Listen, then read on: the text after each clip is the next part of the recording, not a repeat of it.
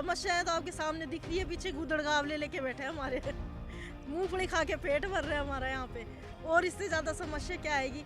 आप भजनलाल सरकार कह रही है कि हम लोगों के लिए, युवाओं के भविष्य के लिए सोच रहे हैं, उनको रोजगार दे रहे हैं। पहले तो सब हम ही बैठे हुए थे यहाँ पे, अब आप पीछे कैमरा हटा के देखो सामने, भजनलाल सरकार के राज के अंदर, मोदी सरकार के राज में कितने नौजवान युवा यहाँ पे बैठे हुए हैं। आज अपनी रोजगार पाने के लिए हम बैठे हुए हैं यहाँ 22 दिन से।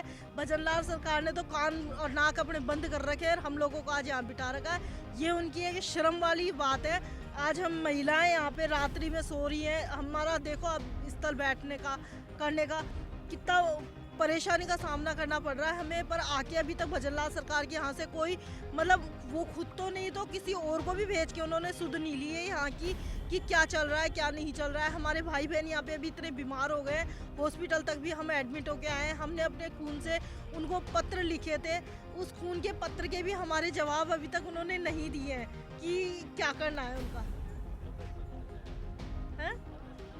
प्रदर्शन तो साहब हम यहीं मर जाएंगे, पर जाएंगे कहीं नहीं, यहीं बैठे हैं, यहीं पे मर जाएंगे। बच्चों को और उठा लाएंगे 2-4 दिन में। मरना तो है ही, आज नहीं तो कल।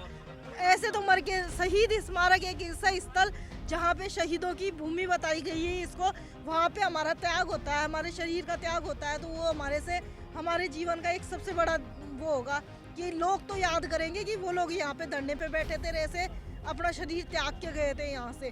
और हम तो यही कहेंगे हमारे भाई बहनों को, हमसे लेके भी मत जाना, यही पटके रखना। जब तक सरकार नहीं आएगी सूद लेने, मरने के बाद भी नहीं जाएंगे हम लोग यहाँ से, यही बैठेंगे। इस बैग में हमारे रजाई गद्दे भरे हुए हैं। गद्दे तो है नहीं, रजाई है। घर बना लिया, हम लोग यहीं रह रहे हैं। आज 22 दिन से हैं हम लोग, खाने पीने का है कुछ नहीं है हमारा, हम लोग बाहर नहीं जाते। महिलाएं हैं, बार में जाना आना प्रॉब्लम होती है हम लोगों को। आज यहीं बैठी हुई हैं हम महिलाएं, निकल भी नहीं पा रही हैं हम बाहर। अभी तक सरकार से कोई वार्ता नहीं हुई है। पिछले 22 दिनों से हम धरना जारी है और दिनों दिन हमारे साथियों की हालत गंभीर बताई जा रही है। आपके सामने ये सो रहा है, मैं भी रात को डिस्चार्ज होकर आया हूँ, और भी हमारी बहनें रात में भी, रात की 3-3 बजे तक हॉस्पिटल में हम लोग रहते हैं। लेकिन अभी तक सरकार ने हमारी तरफ ध्यान भी नहीं दिया। जब तक निर्णय नहीं आता है तब तक धरना जारी रहेगा और हमारी कमेटी समिति जब तक यहाँ डटी हुई है, हम उनके साथ में बिल्कुल यहाँ डटे रहेंगे। धरना जारी रहेगा बिल्कुल, कि उनका तो कह नहीं सकते, लेकिन क्या होता है कि पानी सर के ऊपर चला जाता है तो फिर कुछ ना कुछ तो करना ही पड़ता है।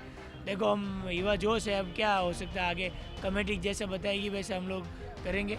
लगभग 1 महीना होने को जा रहा है और रोजाना यहाँ पे युवा मित्रों को हॉस्पिटल में एडमिट करना पड़ रहा है। और एक हमारे युवा मित्र साथी है बलाराम जी जैसलमेर से, इनकी तबीयत सुबह ख़राब हो गई थी और पुलिस वालों ने यहाँ पे एम्बुलेंस भी नहीं आने दिया था।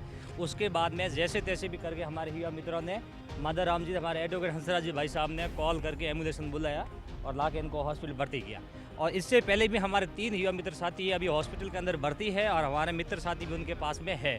मैं खुद विकसित भारत संकल्प यात्रा में मैंने काम किया, 13 ग्राम पंचायतों का मेरे पास में सर्टिफिकेट पड़ा है, जहाँ के वहाँ के बीडीओ ने और वीडियो ने और सरपंच ने मेरे को वेरीफाइड किया भी आपने अच्छा काम किया है आर्थिक एवं सांख्यिकी विभाग के तहत। फिर भी इस सरकार ने जो 2.5 लाख रोजगार देने का वादा किया था, 2.5 लाख रोजगार देने की दूर की बात है, जो हम लगे हुए थे 5000 लोग, उनको हटा दिया। हमारी सरकार से यही विनती है कि यदि आप 2.5 लाख रोजगार का वादा करते हो कोई दिक्कत नहीं, 5000 हमें लोगों को लगा दीजिए, पीछे 2,45,000 बसेंगे उनको लगा दीजिए। ये मेरी सरकार से विनती है। अभी तक कोई बुलावा नहीं है, सरकार तो अंधी गूंगी बेरी होकर बैठी हुई है। हम युवा है, आपको पता है 22 दिन से हम यहाँ पड़े हुए हैं, हमारे बाल बच्चों को छोड़कर। चुनौतियाँ तो अब आप जानते हो, हमारा तो घर है नहीं है, चुनौतियाँ तो तरह आती है। यहाँ तो न पानी की सुविधा है, ये शौचालय को बंद कर देते हैं, न यहाँ कोई बीमार हो जाता न एम्बुलेंस आती है, न डॉक्टर है। जब तक हमारी मांगे पूरी नहीं होती हम जब तक यहीं रहेंगे। हमारा अनशन का 22वां दिन है और कर्मिक अनशन का जो है वो 13वां दिन है। हम लगातार अपनी मांगों को पुरजोर तरीके से उठाते आ रहे हैं, पुनः रोजगार बहाली की मांग को लेकर के। लेकिन भजन सरकार अब तक बिल्कुल मतलब इस तरीके से रेस्पॉन्स कर रही है जैसे कि प्रदेश में कोई युवा है ही नहीं।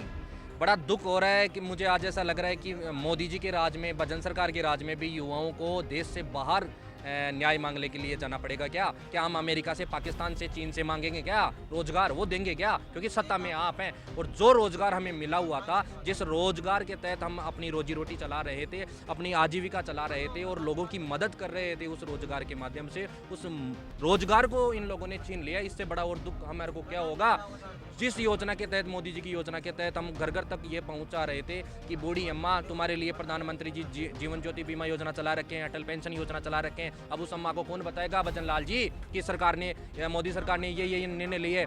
प्यारी बहनों को कौन बताएगा कि लखपति दीदी योजना के तहत आर्थिक सशक्तिकरण करना चाहती है मोदी सरकार? क्योंकि आपकी मंशा है ना भजन लाल सरकार, मोदी को 2024 का चुनाव हरवाने की है। ये मैं चैलेंज के साथ कह सकता हूँ। क्यों? क्योंकि जब से आप आए हो ना, दिन ऐसा कोई दिन नहीं गया जिस दिन आपने मतलब युवाओं के ऊपर कुटाराघात नहीं किया।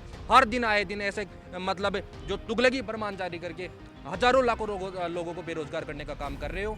जो युवा घर घर जाकर के सरकार और आमजन के बीच सेतु का काम कर रहे थे। अरे जनता कोई आपको फोन करके बताएगी क्या भजन लाल जी कि हमारी ये समस्या है? वो हमारे को ही पहुंचाती थी और हम आपको पहुंचाते थे, इसलिए वो जनता का काम होता था और जनता के बीच एक कल्याण की भावना फैल रही थी कि युवा मित्र है, हमारे को इस योजना से केवाईसी होगी। आज ये स्थिति हो गई। विकसित भारत संकल्प यात्रा चलाई तुम्हारे ने, क्या है, क्या डेटा है? 1,40,00,000 परिवारों के मतलब वो चिरंजीवी योजना के कार्ड बन गए थे। आपकी स्थिति क्या है? 55 लाख के आसपास आयुष्मान कार्ड बने हैं राजस्थान के अंतर्गत। ये इतनी बड़ी, इतना सेटबैक है आपके लिए। क्यों? क्योंकि आपने जो काम था ना, वो ऐसे लोगों को दे रखा है जिनका खुद का नहीं है। मैं मेरी ग्राम पंचायत में जिन लोगों को आयुष्मान कार्ड की जिम्मेदारी दी गई थी गाँव गाँव जाकर के बनाने की, उनका मैंने खुद ने KYC जनरेट करके उनका कार्ड, आयुष्मान कार्ड बनाया। ये तो स्थिति है। जो लोग डिजिटल लिटरेसी के माध्यम से पूरे प्रदेश के अंतर्गत से एक योजनाओं का नव संचार करने की मादा रखते थे, उन लोगों को तो आपने धरना स्थल पर बैठा दिया, शहीद स्मारक पर। फांसी लगा ले, मर जाए क्या? थोड़ी बहुत तो शर्म है यार, रखो यार। हम कोई दूसरी दुनिया से, कोई हम एलियंस नहीं है यार, हम कोई पागल लोग नहीं है। कम से कम एक बार आकर सहज संवाद तो कर लो हमसे, हमको बुला लो। हमारी जो गिले शिकवे हैं वो हमें चर्चा तो करो, एक परिचर्चा तो करो, एक शुरुआत तो करो। लेकिन इस तरीके से अगर अनदेखी करोगे ना, तो ये आपके लिए आने वाले समय में एक चैलेंज होगा और इस चैलेंज को निपटने का काम आप नहीं कर पाओगे। क्यों? क्योंकि हम गरीबों, दलितों, किसानों, आदिवासियों, मजदूरों के बच्चे हैं और गरीब के पास दो ही चीज़ है, या तो आप हाय ले लो उनसे, हाय ले लोगे तो बर्बाद हो जाओगे और दुआ लोगे तो आबाद हो जाओगे। धन्यवाद सर।